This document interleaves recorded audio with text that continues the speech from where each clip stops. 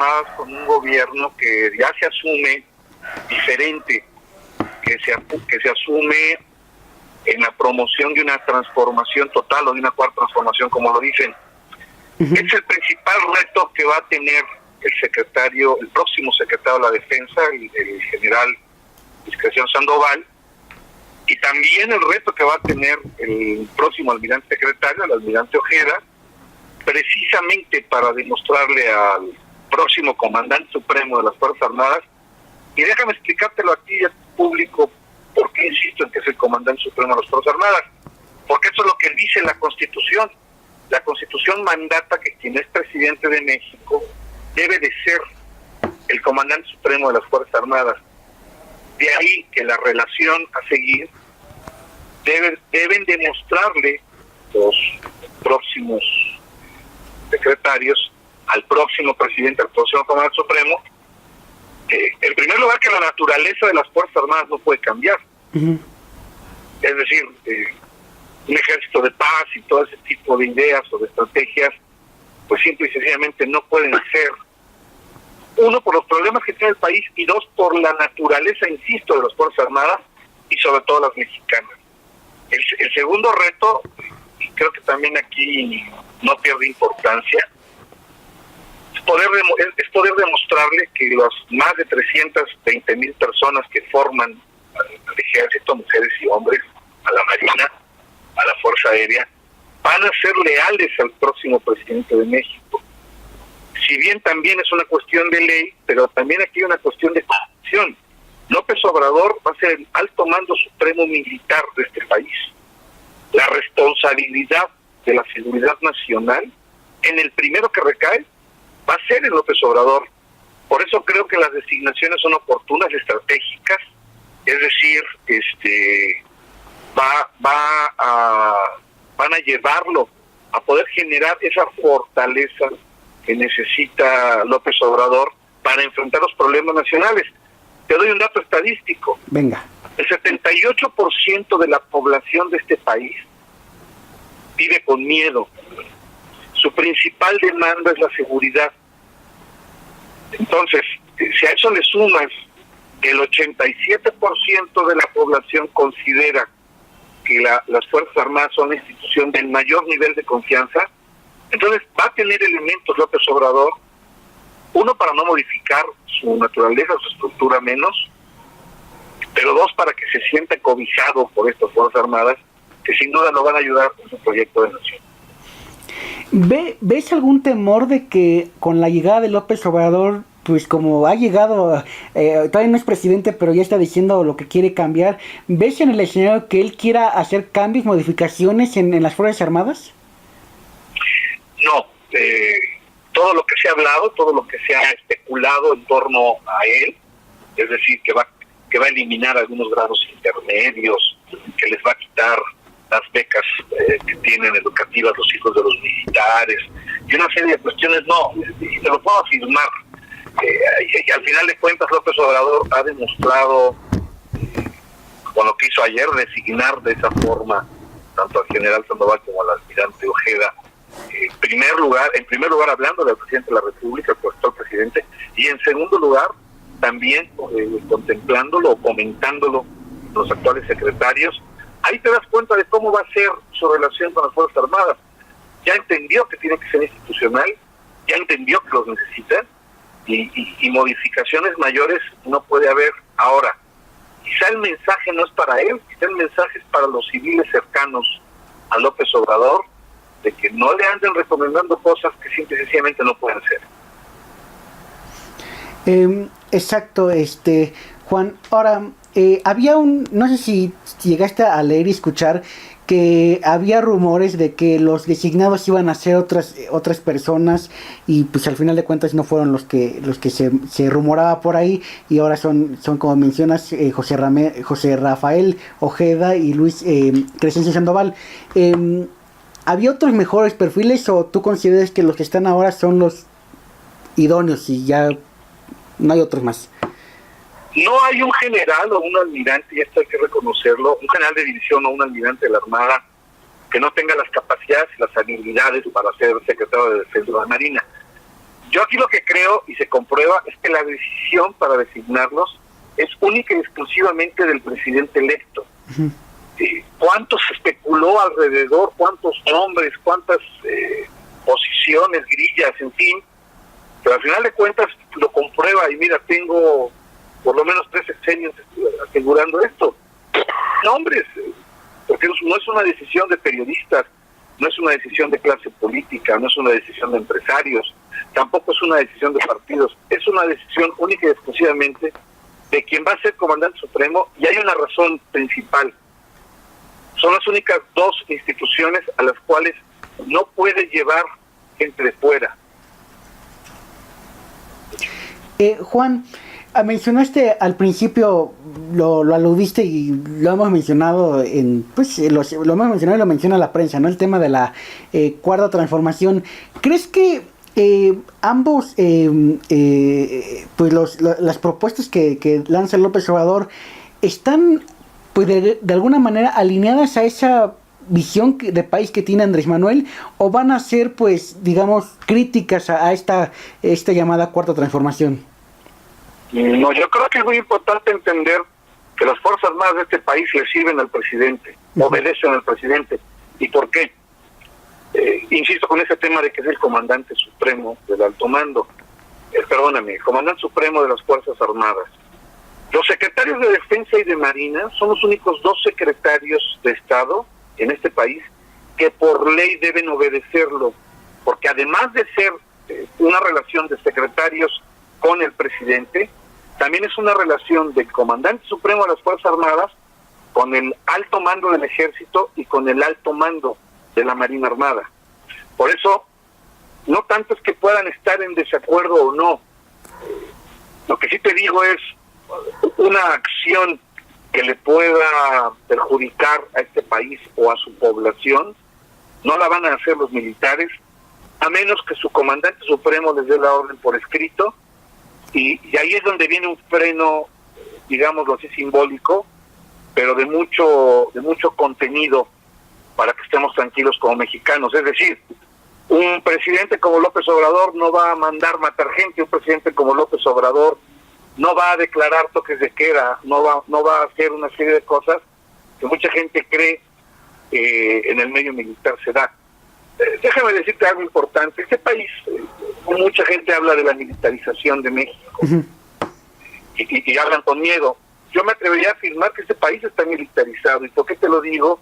Porque la seguridad pública está a cargo de los militares, porque cuando hay contingencias como las que estamos teniendo ahorita con la temporada de huracanes tan graves, ¿quién está ahí sacando la cara y quién está ahí solucionando los problemas? Los militares. ¿Quién hace campañas de reforestación? Los militares. ¿Quién hace campañas de salud? ¿Quién lleva libros de texto gratuitos a diferentes zonas donde los civiles no se quieren meter? Vamos, nóminas en efectivo para la gente de desarrollo social, para maestros. ¿Quién los lleva? Las Fuerzas Armadas. Lo que pasa es que debemos entender la militarización como un positivo, ya no como aquellos países centroamericanos de los años 80, que mira, ahí están las consecuencias de las migraciones. México no es eso, y las Fuerzas Armadas mexicanas tampoco son eso. Mencionabas al inicio el tema de la seguridad del país, y vaya que pues es alarmante. Con lo que tenemos en la mesa, Juan, que es pues lo que ha propuesto ya López Obrador de su gabinete, en próximos días presentar su estrategia de seguridad, pero con lo que hay en la mesa, ¿ves en este sexenio que viene pues el regreso a los cuarteles en materia de seguridad de las Fuerzas Armadas, o crees que va a tener mayor presencia el ejército? No creo que haya una mayor presencia. Lo que sí creo es que por lo menos durante el sexenio completo de Andrés Manuel López Obrador van a necesitar de la presencia de la presencia militar en las calles. Te pongo un dato estadístico también. Hay presencia militar para labores de seguridad pública en 27 estados de la República. Uh-huh. Y hay un problema. No se trata de sacar o de meter a los militares. Se trata de responsabilizar a los autoridades civiles, alcaldes, gobernadores, diputados, senadores, a que cumplan con su obligación de proteger a los ciudadanos. Te pongo el ejemplo: ¿cuántas veces se ha recuperado Ciudad Juárez? ¿Cuántas veces se ha recuperado Veracruz, Acapulco, Tijuana? Es decir, los militares van, lo recuperan de manos de la delincuencia, se lo entregan a las autoridades civiles y se vuelve a perder. Por eso no creo que esto sea, no, más bien, estoy seguro, no es una cuestión de tener militares o no en la calle. Desafortunadamente, las Fuerzas Armadas de cualquier parte del mundo deben de ser la última solución para usar la fuerza ante una circunstancia de Estado. Y tristemente en México las Fuerzas Armadas son la única solución que tenemos para ello. Juan, nos dijiste hace rato, y si me equivoqué en el dato, corrígenos, mencionas tú que el 87% de los ciudadanos tiene confianza, en la máxima confianza de una institución como es las Fuerzas Armadas, pero pues vaya, no podemos negar que hay otro sector de la población que pues los ve con cierto miedo, ¿no? Como mencionabas. ¿Cuál crees que sea el reto, Juan, en esta nueva administración y en estos nuevos tiempos, pues para ir quitando estos prejuicios que hay del ejército, o que mejor dicho, un sector de la población tiene pues esta imagen negativa del ejército y estos prejuicios hacia el ejército? Yo creo que la campaña en contra de las Fuerzas Armadas no es un tema solamente de México. Hay una gran cantidad de grupos que son antisistémicos a lo que es la Fuerza Armada. Creo que en México la sociedad se está dando cuenta de que no es así, no son violadores sistemáticos de derechos humanos, no son asesinos. Es decir, este tipo de circunstancias sí las encuentras en lugares como Ciudad de México, como área metropolitana, pero voy a preguntarle a la gente del norte, voy a preguntarle a la gente del sur, a la gente del Bajío, que está sufriendo tanto ahorita con el huachicoleo, y no quieren que se vayan las Fuerzas Armadas de sus localidades. Yo nunca he visto manifestaciones de pescadores de Veracruz, o de hoteleros de Acapulco, o de mineros de Zacatecas, o de amas de casa. Me refiero a manifestaciones masivas, de veras, en contra de las Fuerzas Armadas. Eso no existe. Son pequeños grupos que viven precisamente de hacer de otra acción, que vive de alimentar cifras de derechos humanos, cuando lo que no se dan cuenta es que la propia Comisión Nacional de Derechos Humanos reconoce que la institución que más viola derechos humanos en este país es el Seguro Social, no son las Fuerzas Armadas. Te pongo un dato estadístico, si quieres, ya por último. Las Fuerzas Armadas en los últimos 10 años, la Comisión Nacional de Derechos Humanos ha recibido más de 130,000 denuncias por abusos militares en contra de derechos humanos. ¿Sabes cuántas se han convertido en recomendación? ¿Cuántas? 127 nada más. O sea, de más de 130,000, solamente 127 se han convertido en recomendación. Perdón, eso no es violación sistemática de derechos humanos, cuando las acciones militares en contra de la delincuencia en los últimos 10 años se cuentan por millones. Entonces, sí va a valer la pena que como sociedad comencemos a darle un peso específico a las cosas. Claro. Es innegable, Juan, y lo podemos afirmar, que pues una de las instituciones más sólidas, como bien has mencionado, son las Fuerzas Armadas, ¿no? Pero sí he escuchado de compañeros de chavos y de ciudadanos de a pie que dicen, bueno, si las Fuerzas Armadas están sólidas al día de hoy, a comparación de otras instituciones que se ven pues agravadas por el tema de la corrupción y de otras cosas, ¿cómo hacer que primero esta institución importante para un país pues siga así y no se tambalee y no caiga en un debacle? Mira, vamos a ponerlo en un aspecto que es fundamental, que es la impunidad, que es el ejercicio de la ley. Hay una cifra negra de la última encuesta del EPIPE, del INEGI, de victimización, donde el 93% de los delitos que se cometen en este país ni siquiera se persiguen, el 93%. Entonces creo que ese es un dato que debe ser muy significativo. ¿Por qué? Porque me gustaría hacer una comparación con la justicia militar. Sí. La justicia militar tiene una efectividad del 98% de los casos, es decir, solamente el 2% de la justicia militar quedan impunes. Y esto tomando en cuenta que ya las autoridades civiles pueden juzgar militares. Entonces, creo que debemos seguir dando un voto de confianza, creo que debemos de tomar también una posición donde no son las Fuerzas Armadas el enemigo a vencer en este país. No podemos criminalizar a las Fuerzas Armadas victimizando criminales. entendamos bien quiénes son los enemigos de México, ¿no? ¿La ciudadanía ha sido injusta en ese último punto que tocas, Juan? Perdóname, ¿no te escuché? Sí, no te preocupes, Juan. En ese punto que mencionas, ¿hemos sido injustos un sector de la población al decir las Fuerzas Armadas pues son criminales y los que son criminales se les defiende? Sí, creo que hemos sido muy injustos y debemos, insisto, poder llegar a una objetividad mucho mayor, poder valorar o darle su peso específico. Mira, seamos honestos, demos el peso específico de las acciones militares, reflejémoslo en lo que es el beneficio que la gente recibe. Insisto, la objetividad aquí es lo que nos va a ayudar, nos va a fortalecer.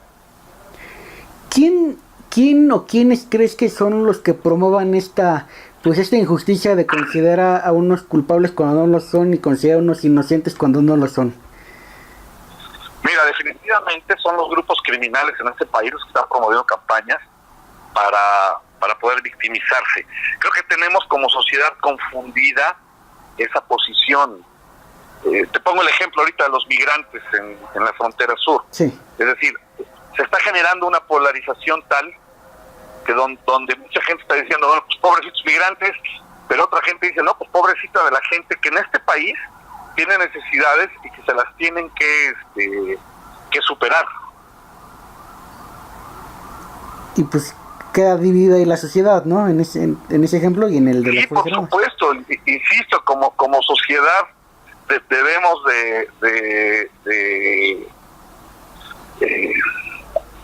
debemos de ser más racionales, no tanto pasionales. Insisto, si un grupo criminal haga una campaña en redes sociales para criminalizar, por ejemplo, en este caso a las Fuerzas Armadas, o bien criminalizar a las instituciones del país, y nosotros caemos en ese juego, pues nos estamos degradando, porque al final de cuentas, ¿quién nos va a dar la solución a los problemas? No van a ser los criminales. Es un poco también lo que debe de entender el nuevo gobierno. O sea, los criminales no van a venir a pactar, los criminales no van a venir a pelear con rosas. Los criminales van a enfrentar, porque es un negocio, es un tema de dinero, es un tema de poder. En ese punto, ahí se ha hablado mucho de una famosa amnistía a ciertas personas que han delinquido, ¿no? Como mujeres y niños, y también lo que va con el tema un poco es que pues el presidente electo pues no va a tener un cuerpo de seguridad como el Estado Mayor Presidencial. Sobre estos dos puntos, ¿qué piensas? ¿Es un error, es un acierto? ¿Cómo lo ves? Las amnistías no se pueden dar en un país como México, porque México no está en guerra con nadie, aun ya a pesar de que se crea que hay una guerra en contra de la delincuencia. No, hay una respuesta del Estado mexicano al problema de inseguridad tan grave que vive el país, pero no podemos tipificarla como un tema de guerra, por lo tanto no puede haber amnistía. Okay.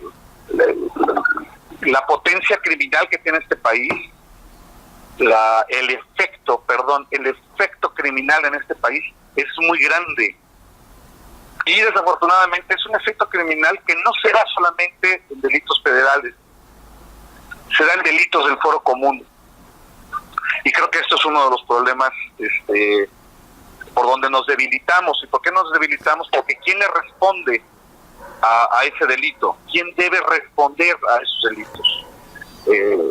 Por eso las amnistías no pueden funcionar. Por eso la amnistía, creo yo, es más bien un tema única y exclusivamente del discurso político. Ok. Y sobre lo de López Obrador y que no va a tener al Estado Mayor Presidencial. Perdón, no entendí. Sí, la otra parte que te preguntaba, Juan, de que López Obrador ya dijo y al parecer sigue firme en el tema de no contar con el Estado Mayor Presidencial, sino con una ayudantía. Pues, ¿eso qué términos, cómo interpretarlos, como bien decías, en el jefe supremo de las Fuerzas Armadas? Mira, esto es un gatopardismo. Okay. Es decir, el Estado Mayor Presidencial desaparece, pero desaparece de nombre. El Estado Mayor Presidencial, alguien le dio la idea a López Obrador de que el Estado Mayor Presidencial era un exceso económico, un exceso de recursos, pero no. Y te pongo el ejemplo claramente, el ejemplo claro del por qué no. Porque el Estado Mayor Presidencial está formado en un 98% por militares, por pilotos, soldados y marinos, que no los pueden correr, de hecho no los van a correr. Son pilotos, soldados y marinos que tienen que enviar de regreso o reintegrarlos a unidades militares, unidades navales, unidades aéreas. Yo te puedo asegurar que a los 10 días de que esté sentado López Obrador ya en la silla presidencial, ya presidente constitucional, va a anunciar su ayudantía, va a anunciar la oficina de apoyo a la presidencia, y va a tener que seguir ocupando los elementos del Estado Mayor Presidencial, que ya no se van a llamar así, que ya no van a vivir en Los Pinos, pero que sí los va a tener que seguir usando. Sin duda, Juan, para ir aterrizando, porque el tiempo siempre vuela y te agradecemos enormemente la oportunidad. Este es un canal de chavos y para pues muchos chavos que nos ven, pues te digo, ven con un poco de escepticismo, ven con cierta desconfianza a las Fuerzas Armadas. ¿Tú qué les dirías a estos jóvenes que están medios escépticos, medios pues a la defensiva, por así decirlo, ante... Yo les diría que tomaran en cuenta el hecho de que hoy las Fuerzas Armadas están conformadas en un 90% por gente joven, gente que piensa igual que ellos, gente que siente igual que ellos. Fíjate qué interesante dato voy a dar. Chavos y chavas que forman el Ejército, la Marina y la Fuerza Aérea, que tienen el mismo acceso a la información que tienen todos los que nos están viendo y escuchando. Y creo que eso los equipara, eso los hace iguales. Los soldados, los pilotos, los marinos son pueblo en uniforme, no pertenecen a clases sociales. La gran mayoría, su gran mayoría vienen del pueblo. Es gente humilde que simple y sencillamente quiere salir adelante y quiere servir al país, como estoy seguro que la gran mayoría de los que nos están escuchando así lo quieren. Así lo quieren. Pues Juan, te agradezco mucho que nos hayas tomado la llamada aquí en También Opinamos. Te mandamos un abrazo y no perdamos la comunicación. Te mando un fuerte abrazo, fibra para toda la gente que nos está escuchando y que tengan muy buenas tardes. Gracias, Juan, pues hasta entonces. Esto es Después de la Noticia, el espacio de También Opinamos, donde entrevistamos a los protagonistas y analistas de la información para entender los sucesos de México y el mundo.